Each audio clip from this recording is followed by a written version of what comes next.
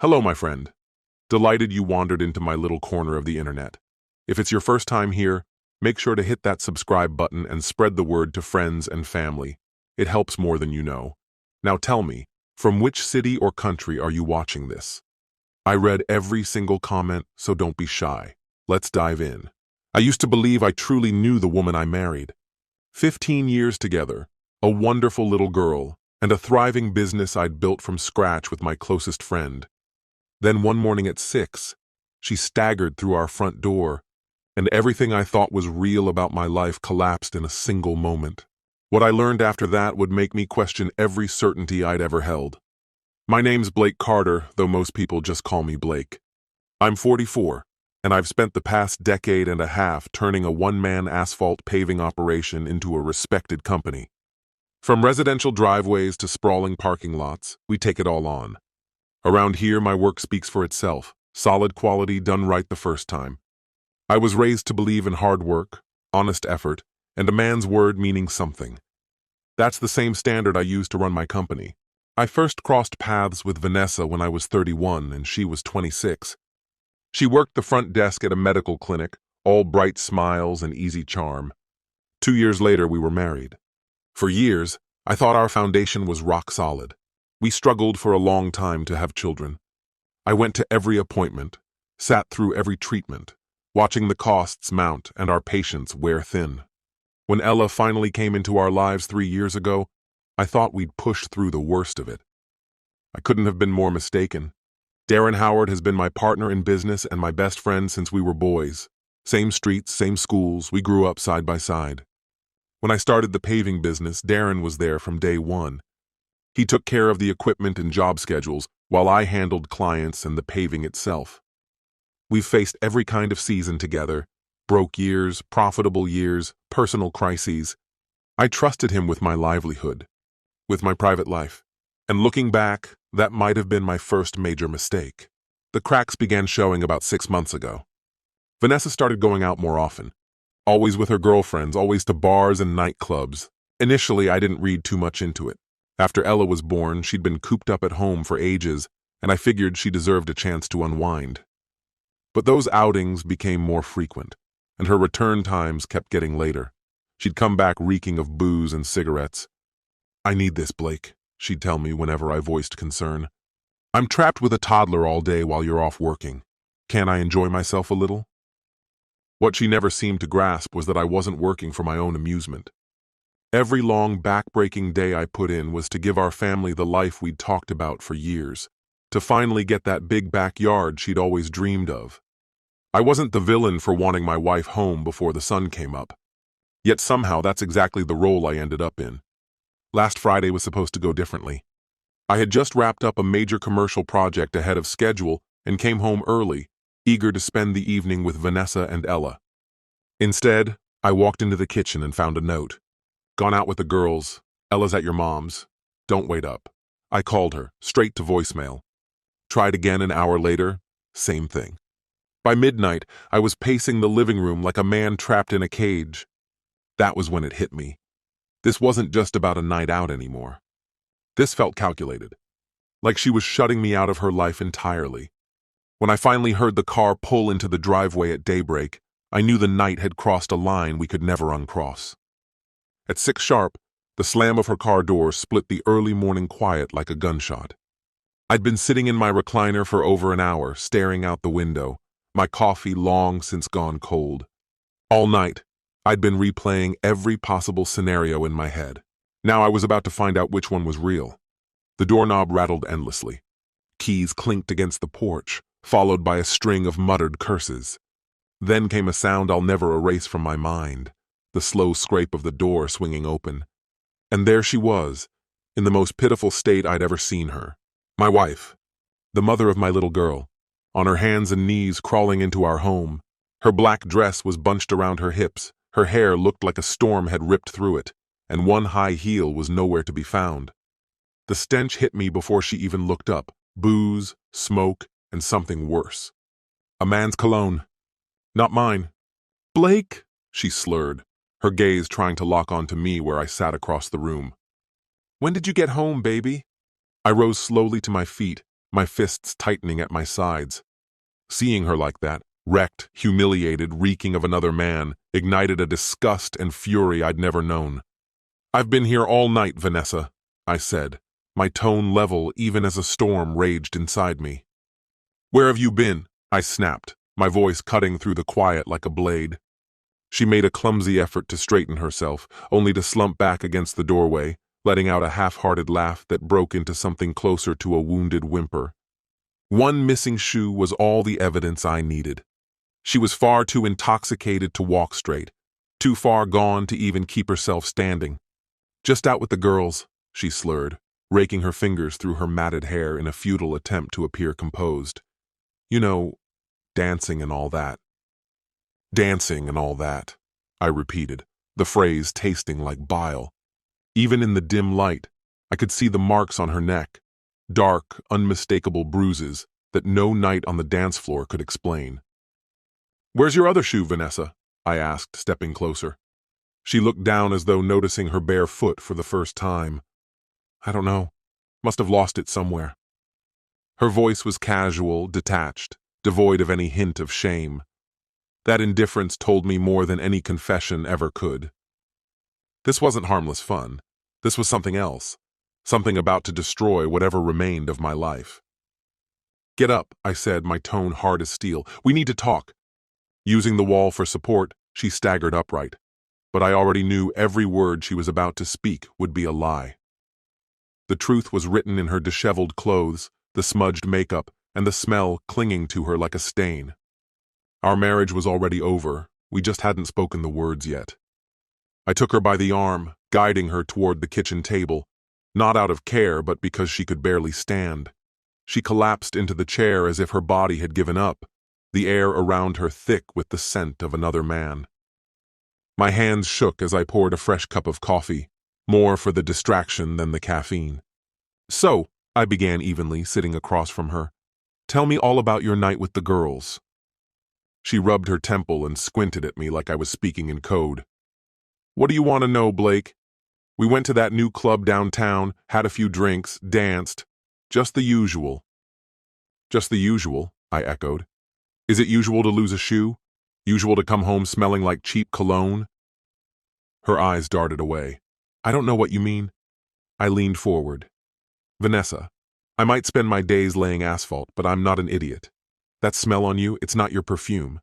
And those bruises on your neck, they're not from dancing." Her hand flew to her neck, a silent confirmation of exactly what I thought. "You're imagining things, Blake. I was just having fun." "With who?" I pressed. "With the girls. Sophie, Michelle, you know them." I pulled my phone from my pocket and started dialing. Her eyes widened. "Blake, what are you doing?" she asked, her voice suddenly urgent.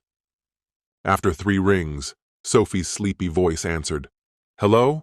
Sophie, it's Blake Carter. Sorry to wake you, but I have to ask. Were you out with Vanessa last night?" A pause. "Blake, I was home all night with the kids. Haven't seen Vanessa in weeks." I ended the call and stared at my wife. The blood drained from her face. "Want to try again?" My voice was calm, dangerously calm. Her mouth opened, closed, then opened again, but no words came. Panic had replaced her earlier nonchalance. "I can explain," she whispered. "I'm listening." But I already knew. Whatever came next would be another fabrication. Her guilt was written in every detail. The disorder in her clothes, the scent on her skin, the hollow look in her eyes. She'd been with another man. The only question was, for how long? "I was with Darren," she said at last, barely above a whisper. The coffee cup slipped from my hand, shattering against the tile, scalding liquid splattering across the floor. I didn't even blink. "What did you just say?" My voice was so low it nearly disappeared. Tears streamed down her face. "Blake, I'm so sorry. I never meant for this to happen." Darren, my partner in business, my closest friend since we were kids, the man who stood beside me when I took my vows, the one I trusted with my work, my secrets, my family. I sprang up so fast, the chair behind me toppled over with a loud thud. "How long?" I demanded. "Blake, please." "How long, Vanessa?" I cut her off, my tone so sharp she recoiled. Her gaze flickered away. A few months, maybe longer. I'm not exactly sure when it started. A few months. All that time I had been grinding through 12-hour workdays to keep us afloat, and my wife, alongside my best friend, had been betraying me in secret. Every cookout in the yard, every friendly business chat over a beer, every time he tossed a ball to Ella, Darren had been grinning at me while stabbing me in the back. "Where?" I asked, my voice disturbingly calm. She blinked in confusion. "What? Where did you meet him?" Her voice came out in a faint whisper. "Hotels, his place." That should have been all I needed to hear, but then she spoke again, words that froze my blood. "Sometimes here, when you were away working," the blow hit like a fist to my chest. "In my house, in my bed, while my 3-year-old daughter was likely just a room away." "Ella," I breathed, the sick realization hitting me. Was Ella here? Vanessa gave a small, broken nod. She was usually asleep or watching cartoons. "She doesn't know, Blake. We were careful." Careful. They'd been careful while dismantling my life and gambling with my daughter's innocence. I gripped the edge of the counter so hard my knuckles turned white. The fury building inside me was unlike anything I'd ever felt. This wasn't just an affair. It was the demolition of trust, loyalty, and the very ground my life was built on. "Get out," I said quietly. "Blake." "Get out of my house," I repeated, turning to face her. She rose unsteadily. "Where am I supposed to go?" "Call Darren," I said, my voice cold as stone. "I'm sure he'll be more than happy to take you in." She moved toward the stairs, and I pulled my phone from my pocket, finding Darren's number. It was time he and I had a conversation. 20 minutes later, I stood on my mother's porch, my hands still shaking with rage. I needed to bring Ella home, but first, I needed to talk to the one person who would truly understand. Mom had always been my rock, the one who spoke the truth even when it hurt. She opened the door before I could knock, having likely heard my truck pull in. "Blake," she said softly, scanning my face. "What's happened?" "Is Ella awake?" I asked. "She's still asleep, honey. Come inside. You look terrible." I followed her into the kitchen, the same space where she'd made my school breakfasts, patched up my scraped knees, and comforted me through heartaches. But this wound felt beyond her power to heal. "Mom," I said, sinking into a chair, "I need to ask you something, and I need you to be honest." She poured me coffee, then sat across from me. "Of course, son. Did you know about Vanessa and Darren?" Her hand froze halfway to her mouth, the coffee cup suspended in midair. The look in her eyes, guilt, sorrow, resignation, gave me the answer before her lips did. "Oh, Blake," she murmured. It felt like another blow to the gut. "You knew." "I suspected," she admitted carefully. "I saw them together at the store a few weeks back. They were closer than friends should be, but I wasn't certain, and I didn't want to say anything until I was." "A few weeks ago," I repeated bitterly, pacing toward the window. "They've been sleeping together for months, Mom." "Months." "Blake, watch your mouth," she said on reflex, then flinched. "I'm sorry, I should have told you. I should have warned you." I turned to face her. "Then why didn't you?" She lowered her eyes to her hands. "Because I prayed I was wrong. Because I didn't want to be the one to end your marriage. Because—" she hesitated. "Because your father made me promise never to interfere in your relationships after what happened with that girl in high school." That girl in high school, Lisa Patterson. From the beginning, my mother had cautioned me that she was nothing but trouble. At the time, I'd lashed out, accusing her of meddling in my choices and trying to control my life. 6 months later, when Lisa betrayed me, it was Mom who helped me pick up the wreckage. Even then, she never once said the words she would have had every right to. "I told you so. This time it's not the same," I told her. "I know," she answered softly, her voice shaking. "And I failed you by keeping quiet." Tears streaked down her face. "I'm so sorry, son." I sank back into the chair and took her hand in mine. She was still my mother. Nothing could change that. "This isn't your fault," I said gently. "But you need to hear this. Vanessa's leaving. It's over." Her expression tightened. "And Ella?" "She stays with me." I replied, my tone leaving no room for argument. Vanessa can see her, but my daughter's not going to grow up thinking cheating is acceptable. Mom's fingers squeezed mine in quiet support. Tell me how I can help. Be there for Ella when I can't, I said. Things are going to get worse before they get better. Right then, my phone buzzed. A text from Darren. We need to talk. I turned the screen toward her. She read it, shook her head, and asked, What are you going to do? I stood and headed for the door. I'm going to give him exactly what he deserves. The trip to Darren's apartment was nothing but clenched jaws and boiling anger. Every red light dragged on forever. Each stretch of road felt like another twist of the knife. By the time I pulled into the lot, my rage had cooled into something harder, sharper. He was out on his second-floor balcony, still in yesterday's clothes. One look at him, rumpled, guilty, pitiful, made my hands ache to close around his throat.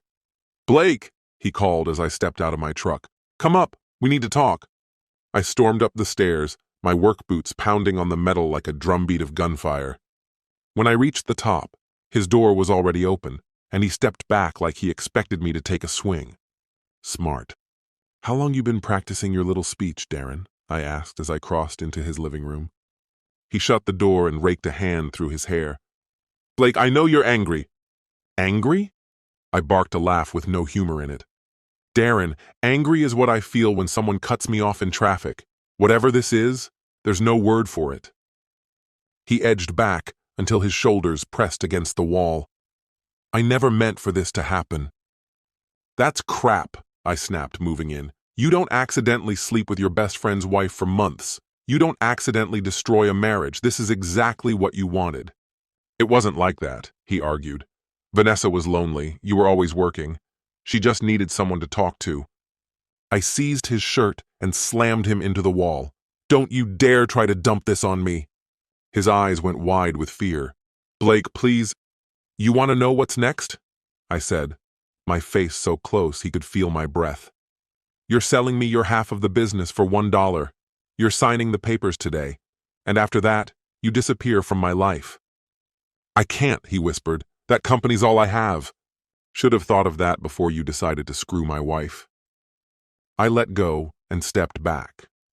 You've got 24 hours to get the paperwork ready. If you don't, I'll make sure everyone in this town knows exactly who you are. His hands trembled as he smoothed his shirt. And Vanessa? What about her? I asked, my voice ice cold. Are you divorcing her? I gave him a look of pure contempt. That's between me and my wife, actually my ex-wife. I started for the door. Blake, I'm sorry, I really am, he called after me. I paused just before stepping out, without giving him the satisfaction of seeing my face. You're not sorry, I told him flatly. You're just upset you got caught, and that's not the same thing. I walked out, leaving him frozen in the middle of his apartment, stripped of the easy charm he'd always worn like armor. Underneath, he was the fragile man I'd always suspected. 20 years of friendship wiped out in a single morning. But as I headed toward my truck, something unexpected settled over me, a sense of relief. For the first time in months, I felt lighter, as though a crushing weight had finally slid from my shoulders. When I stepped into my own house, Vanessa was sitting at the kitchen table. A suitcase rested beside her chair. Her eyes were swollen and bloodshot, her hair a messy tangle, and she'd traded whatever she'd been wearing earlier for faded jeans and an old sweater. For a fleeting second, I almost saw the woman I had married. Almost. Blake, she said quietly as I entered, we need to talk. No, we don't, I replied, brushing past her to pour myself a cup of coffee. You need to leave. Please, she urged, standing. Just give me 5 minutes to explain. I turned toward her, my voice like steel. Explain what? How you've been lying to me for months? How you brought another man into our bed while our daughter was asleep in the next room? Tell me, what could you possibly say that would make any of this even remotely acceptable? She sank back into her chair, her gaze heavy. There's something else you should know. Something in her tone made me pause. What? This wasn't the first time, she whispered. The mug slipped from my hands, shattering on the floor, but I barely noticed. What did you just say? There was someone else, she said, eyes fixed on the table. 2 years ago, before Ella was born. I stared at her, trying to recognize the person in front of me. A guy from the gym, she went on. It only lasted a few weeks, and I ended it when I found out I was pregnant. My voice was slow, deliberate. When you found out you were pregnant, Vanessa, are you telling me? She's yours, Vanessa cut in quickly. I worked out the timing. She's definitely yours. I lowered myself into the chair across from her, my legs threatening to give out. You worked out the timing? She nodded, her expression miserable. I was terrified when I realized what I'd done, but when the doctor gave me the due date, I knew she had to be yours. Had to be, I repeated bitterly. Do you hear yourself? You're talking about our daughter like she's some kind of experiment. I know it sounds bad, she murmured. It sounds insane, I snapped, slamming my palm against the table. You've been lying to me for years. Our whole marriage has been built on lies. Not all of it, she pleaded. I do love you, Blake. I love our family. A hollow laugh escaped me. Love? You've been in other men's beds for years. You brought Darren into our home, into our bed, while Ella slept down the hall. That's your definition of love? Tears tracked down her cheeks. I made mistakes. Mistakes? I shook my head, pacing toward the window. Vanessa, cheating isn't a mistake. It's a choice, and you've been making that choice over and over again. What about counseling? She asked desperately. What about trying to work through this? Work through what? I demanded. The fact that you're a liar? That I can't trust a single word out of your mouth? That every time I leave for work, I'll wonder who you're with? She stayed silent. Here's what's going to happen, I said evenly. You're going to take that suitcase and leave. You can see Ella on weekends, supervised, until custody is settled. And you're going to sign every document my lawyer sends you. Blake, please. This conversation is over, Vanessa. Our marriage is over. Get out of my house. Her hands trembled as she grabbed the suitcase. At the doorway, she turned back. I really did love you, she said softly. No, I told her. You loved the stability I provided. You loved having a husband who worked hard and never questioned you, but you never loved me. When the door finally closed behind her, I stayed in the kitchen, surrounded by the wreckage of what used to be my life. And then it hit me. For the first time in months, the house was quiet, peaceful. Later that afternoon, I was going through Vanessa's dresser when I uncovered something unexpected. A plain shoebox, shoved deep into the farthest corner of her closet, concealed behind a stack of heavy winter coats. Inside was a collection of letters, greeting cards, and photographs, fragments of a life I hadn't known my wife was leading. The first envelope I opened was dated 3 years prior and signed by a man named Daniel. Its contents were explicit, romantic, and filled with references to secret hotel meetings and the lies she'd told to keep me in the dark.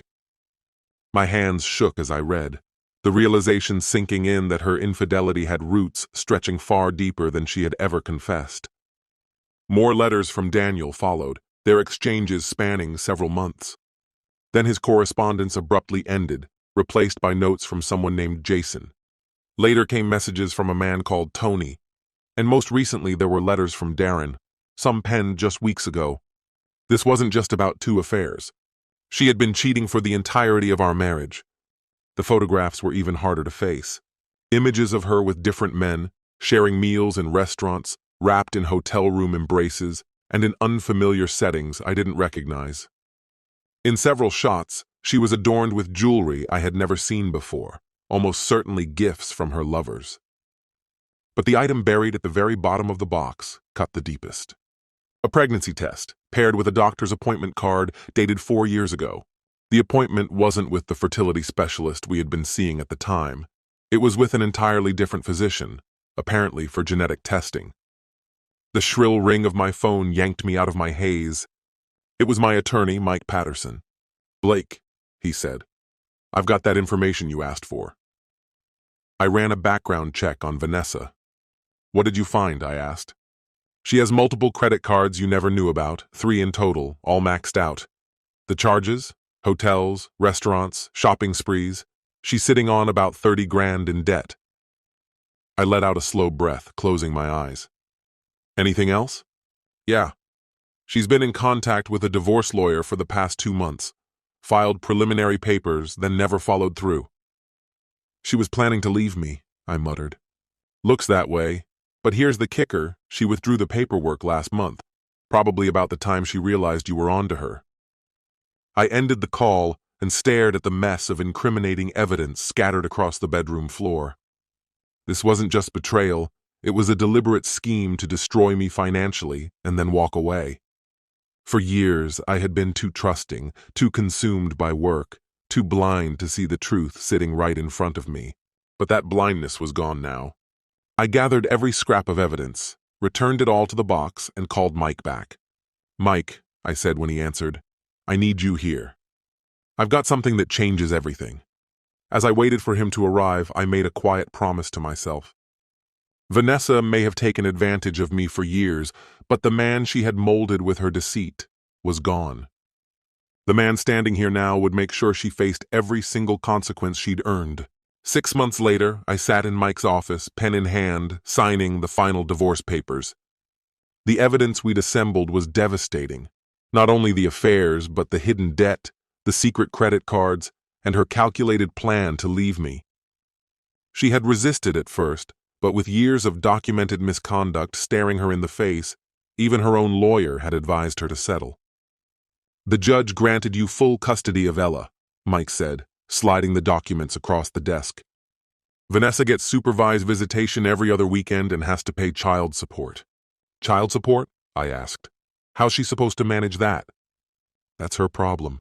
The court doesn't care if she maxed out her cards on hotel rooms and gifts. Mike leaned back in his chair. And Darren?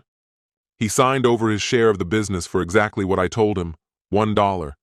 Once the word spread about what he'd done, he couldn't afford to fight. Lost most of his friends. Nobody around here will hire him. Last I heard, he's packing up for Florida. And the paternity test? Mike asked. Ella's mine. I never really doubted, but I had to be sure. I stood, reaching across the desk to shake his hand. Thanks for everything, Mike. You made the right call, Blake. Most men would have tried to patch things up. Some men will never understand the value of self-respect. When I pulled into the driveway that afternoon, I spotted Ella in the backyard with my mother, who had been helping out with childcare. At just 3 years old, Ella was far too young to grasp why her mother no longer lived under the same roof, yet she seemed happy, secure, and well-adjusted. Daddy! She called, running toward me with her small hands covered in soil and her face lit by a wide, carefree smile. Hey, princess, I greeted, lifting her into my arms. What have you been up to? Planting flowers with Grandma, she announced proudly. I glanced at my mother, who was smiling warmly and mouthed a silent, "Thank you." That evening, after Ella had fallen asleep, I sat on the back porch with a cold beer in hand, looking out over the life I'd managed to rebuild from the ruins of my marriage. The paving business was thriving. Word had spread about how I'd handled everything, and it seemed to earn me new clients, people who respected a man who stood his ground. My phone buzzed with a text from Sophie Morgan, one of the teachers at Ella's daycare. She'd been inviting me for coffee for weeks, and I had finally agreed. Our first date was set for Saturday night. I wasn't ready for anything serious yet, but for the first time in years I trusted my own judgment again. The man Vanessa had tried to shape, the quiet workhorse who kept his head down and never asked questions, no longer existed. In his place was someone stronger, someone who knew his worth and refused to accept less than he deserved. 2 years after the divorce was finalized, I found myself once again in the backyard, this time watching Ella pump her legs on the swing set I'd built for her 5th birthday. Her laughter rang out, her blonde hair streaming behind her as she urged me to push her higher. That sound was pure joy to me. "Hold on tight," I called, giving her another strong push. Sophie Morgan, now Sophie Carter, my wife of 6 months, stepped outside carrying 2 glasses of lemonade. Over the past year, she had gradually moved in, and Ella had welcomed her without hesitation. Sophie had never tried to take Vanessa's place, but she had become the steady, loving female figure my daughter needed. "How are my two favorite people?" she asked, handing me a glass. "We're perfect," I said, kissing her forehead. "Right, Ella?" "Yes!" Ella gritto. "Sophie, watch how high I can go!" I watched Sophie's warm smile as she looked at Ella, and that familiar wave of gratitude washed over me. This was what marriage should be. Mutual respect, unwavering support, and a shared devotion to family. Vanessa still had supervised visitation every other weekend, though in the past year she had skipped more than half of them. She had moved 3 hours away with another boyfriend, her fourth or fifth since the divorce. I'd stopped keeping count. Ella still asked about her occasionally, but the tears had stopped when her mother didn't show. The business had grown to employ 3 full-time workers, and I was even weighing the idea of opening a second location.